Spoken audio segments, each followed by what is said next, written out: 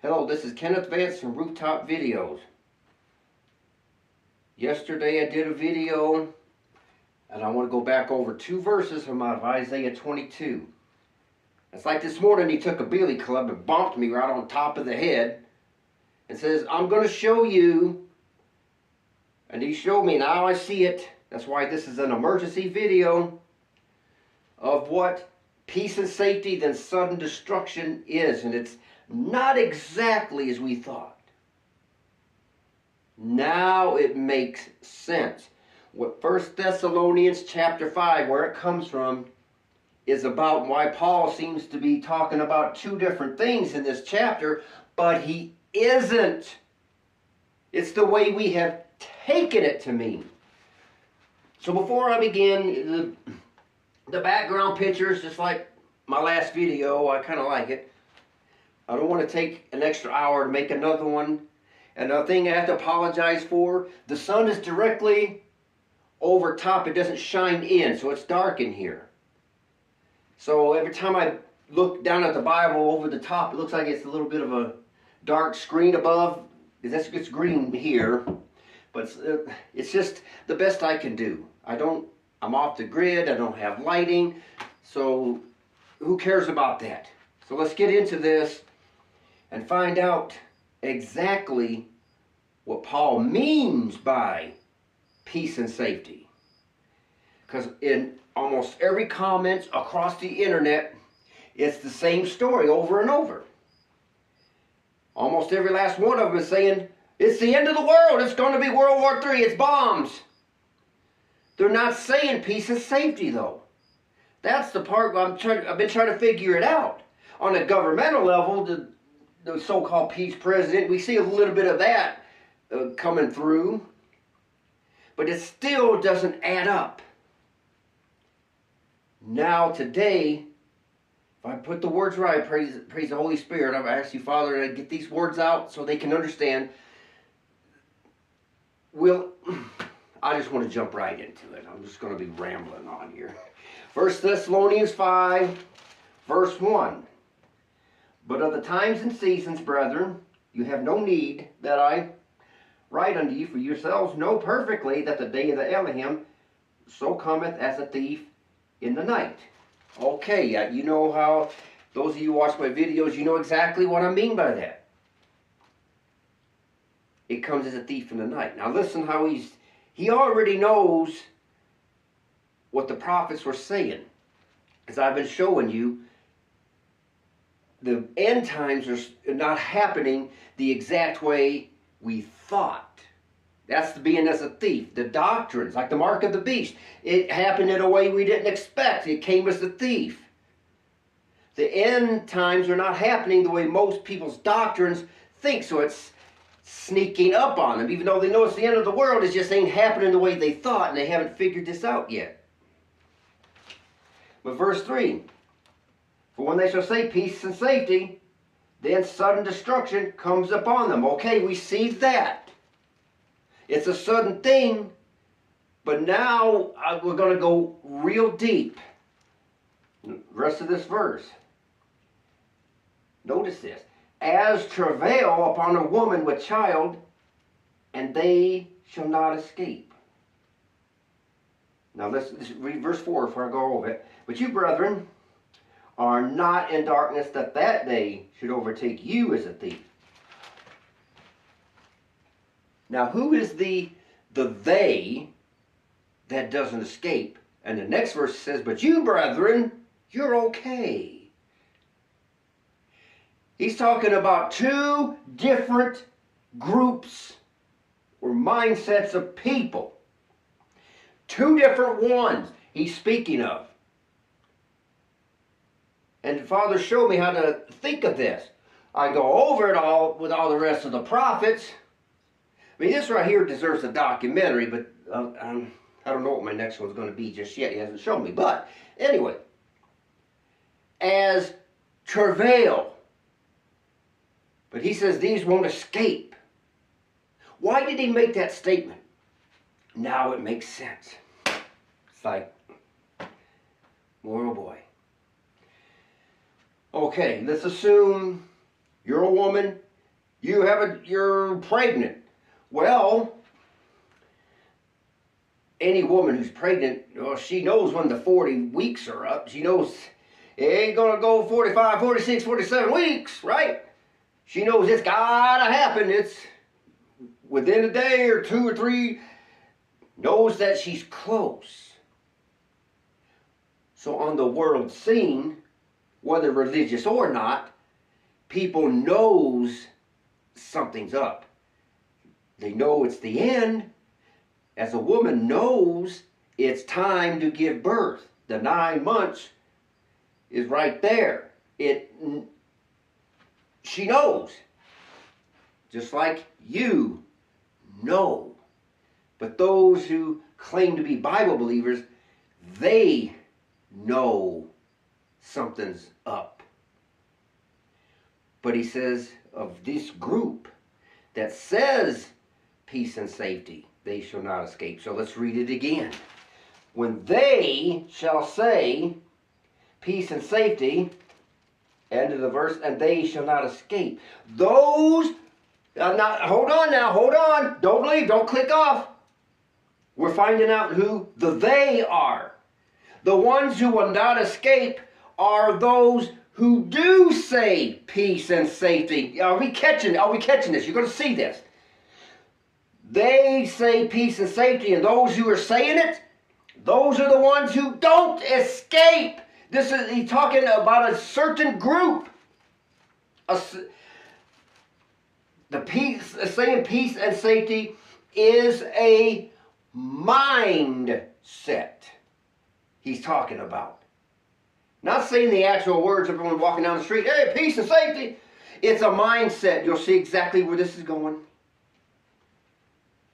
The whole time, right in front of us.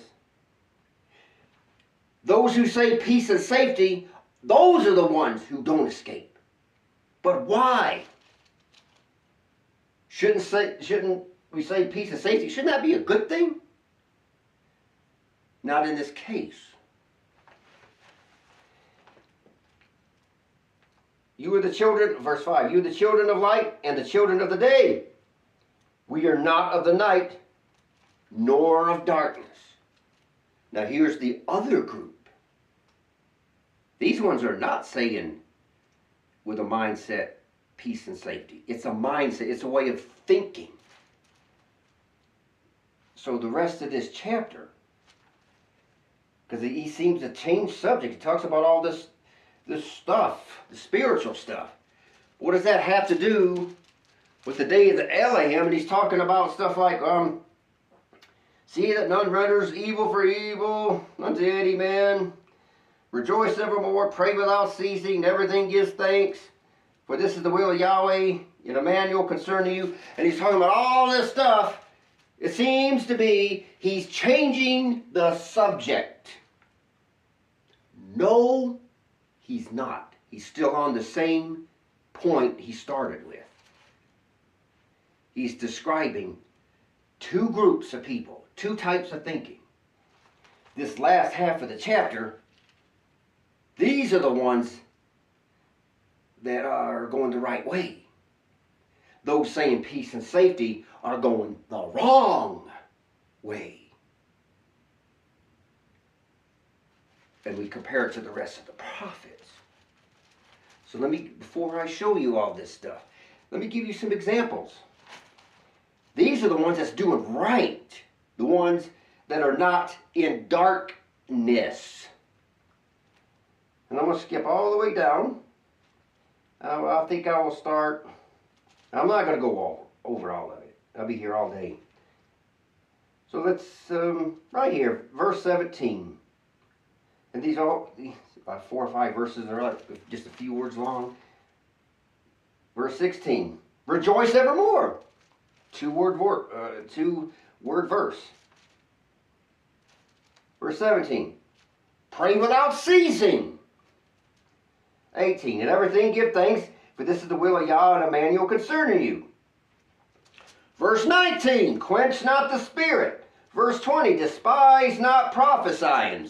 I'm not going to go into the rest of it. Or verse 21. Prove all things, hold fast that which is good.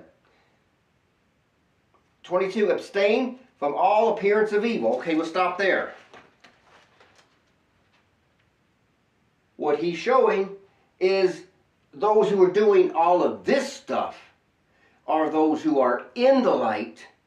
Oh, wait, I missed a verse here. Hold on. Right here. I skipped a verse. Going back to verse 9. Now, earlier in verse 3, he says, these are not going to escape. These are in trouble. Those who are saying pray without ceasing. But in verse 9, for Yahweh has not appointed us to wrath, but to what? Obtain salvation by Elohim Emmanuel. They use that for a rapture verse. Those who are walking, like the rest of this chapter is saying, those are the ones who ain't appointed to wrath. But those who are appointed to wrath are those who say peace and safety. As we start to find out what he's talking about, what the Apostle Paul is referring to here. The light in this chapter. So I'm going to show you a couple examples, and then I'll show you how this thing works. How Yahweh showed me. All right, let's give you a couple examples of those who are on the right path. The right path. Right here, verse 19, quench not the spirit. Oh, what's that supposed to mean? The Holy Spirit is truth. Refusing to walk into the truth is quenching spirit. One of the main ways, because he is the truth. Most don't walk in it, but think they do. So they're saying peace and safety. Right here, verse 20. Despise not prophesying. What's that supposed to mean? Prophesying isn't always about future events. Jeremiah was a prophet, and he was telling them about their idolatry, corrupted offerings. That's prophesying. It wasn't about the future, it's about what you're doing now. See? But despise not prophesying. How many of you have had people that basically show you or tell you that you're just, all you think about is the Bible? Well, God knows you gotta live. He understands. They want you to shut up because they're not interested. Like my own daughter. She says, I know the world's going to end. In those words. I know you're all about Yahweh. Basically, paraphrasing. But I don't want to hear about it all the time. You got to be able to live. That right there, where they want us to shut up, that's despising prophesying, because they look at us that we just taking this Bible stuff too far. Because that's all we care about. They despise it without realizing it. He says, don't despise it. Because earlier he says, pray without ceasing. We're supposed to think on the Bible 24 hours a day, because that shows where our mind is at. Their minds are back here in the peace and safety area of thinking. Right here, as we will see. So, that being the case, this is a mindset. So how are people saying peace and safety? I would like to reword peace and safety into the words, most people think they're okay to go as is. It's all over you see it in comments everywhere. Bring it on, I'm ready to meet you, Jesus. Rapture me, I'm ready to meet him at his coming. And he's saying, no, you're not ready. Because you're definitely not doing what the rest of this chapter is saying. Most think they're okay to go, and their sins stink clear to heaven and back. And I'm not sinless either, but working on it. But most are just they don't do anything. They're all worldly. The cares of this life, all of these things are more important than Him. They want us to shut up. They despise prophesying. They don't want to hear this Bible stuff all the time because they show their hearts are with the world more than Him. They're saying peace and safety. They think they're okay to go as is. And they don't realize they're not. So, they're saying peace and safety here in Amos 8, the end of, as it's coming. And that's chapter 9, verse 10. Here's another example. All the sinners of my people shall die by the sword, which say, the evil shall not overtake nor prevent us.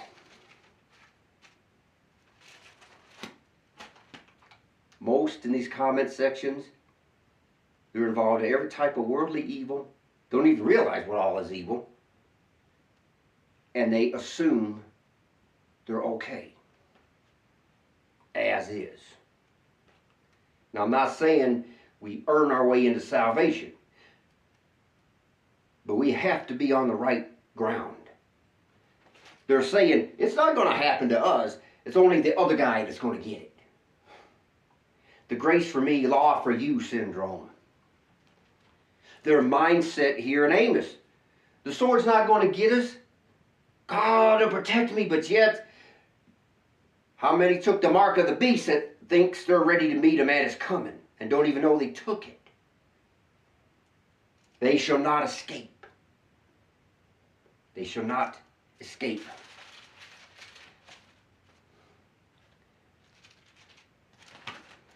So let's read this again. Isaiah 22:12. And in that day did the Elohim of hosts call to weeping, and unto mourning, to baldness, and to girding with sackcloth. He's done it before. He did it with Jeremiah. Now here's your example. Again, they're saying peace and safety and sudden destruction comes. Jeremiah was prophesying to them. He told you Babylon's coming. What did they say? The sword's not going to overtake us. This is Jerusalem. There's no way Yahweh's going to let the holy city be destroyed. They're saying peace and safety. They think they're okay as is, even though their sins reek to heaven and back. They assume it's all right. And sure enough, that Jeremiah calling them to weeping, and they rejected it. And here came Nebuchadnezzar anyway. America cannot fall. Yes, it will. It's going to fall. It's going to be wiped out.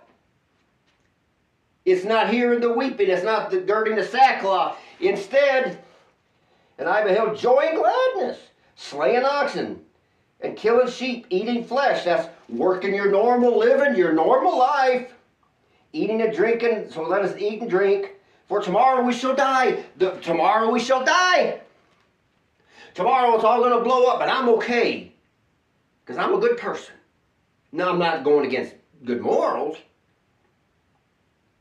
But we got to look deeper than that. Good morals don't save us. The true Lamb does that. It's good to have morals. But we don't pay for our own salvation. I'm not going to get into all that. But this, we're going to die. Well, I'm going to be all right, though. Even though I'm doing the holidays, I'm doing all these things. And I don't care. I don't give him much time anyway. But that's enough. He knows what I mean. Yeah, he knows what we mean. Do we know what he means? Is what he's trying to tell us. So there's still this, the whole joy and gladness and all this goes along with Paul's peace and safety. He says, do not be wrapped up in the cares of this life, lest that day comes as a snare. The same day Paul's talking about. They were eating and drinking, marrying and giving in marriage, till Noah entered the ark and took them away. There once again, That's peace and safety, an attitude where people think they're okay to go. They assume they're okay with him. Those who take grace too far, most of them did away with the law, so they're not even under grace. It's the same ones with the same story. Everyone across the net that acknowledges it's the end of the world, how many of them are truly saved? It takes a discernment. Just because they know it's the end of the world don't mean they're qualified to be protected. We were told in Luke 21:36, praying and watch always that you may be accounted worthy to escape these things that comes to pass and to stand before the Son of Man, to have a standing before him. Those in 1 Thessalonians 5 that gets all that stuff right Paul's talking about, wouldn't you say they have a standing before him? Versus those who just lip service and say peace and safety? Saying they're lip servicing it. That's all they're giving him is lip service. They claim they'll be protected. But he says they will not escape. There's no way out of it. I'm sorry to say it like it is. But this is what the scriptures are showing. They're not okay. And that goes for me, you, we all have to be asking to be accounted worthy. Because none of us are. But who out there is praying? Luke 21:36, that's a command, by the way. It's not a request or if we feel like it sometime later. Most people don't care. They just want to live their lives any old way they want to. And then when it comes time for the afterlife, they get into the front door. It just don't work that way. You don't realize how serious this word is and this writer is. There's our peace and safety. So this travail, as a woman in travail. Now we compare that to everywhere else in Scripture. Revelation 12, she's travailing to give birth. Isaiah 66, he says as soon as she travailed, she brought forth her children. Isaiah 42, he stands up like a man of war and cries as a woman in travail. It's always travail. They got their travail, as I said in the previous video, we got ours. Their travail is unto destruction. Our travail is into victory. We're going two different directions. Those who escape and those who don't. Because Paul says these ones don't escape. Because they're just giving lip service. They're just saying, they're just talking. And there's nothing to back it up what they're saying. They claim that they walk into totally in the world. They don't see it deep enough. So that's what I want you to see. This is the peace and safety. It is a mindset. Not actual words. Even though the government works along those lines as well, the so-called peace deals going back and forth, it kind of goes along with it. But I'm focused on those who claim to believe and those who really believe. Those who are really walking the right way versus those given the saying, the lip service to it. It doesn't work before him. He's not going to accept it. Never has, never will. It's always the same group. Always it says, it will not overtake us. Revelation 17:18 talking about the whore. I said queen, thinking they're married to, as a Christian nation, married to the king. But I'm no widow. They don't see that they're divorced from him. And we won't see any sorrow. They're saying peace and safety again. We're not going to see sorrow. America's not going to be invaded. Saying peace and safety. He says they will not escape.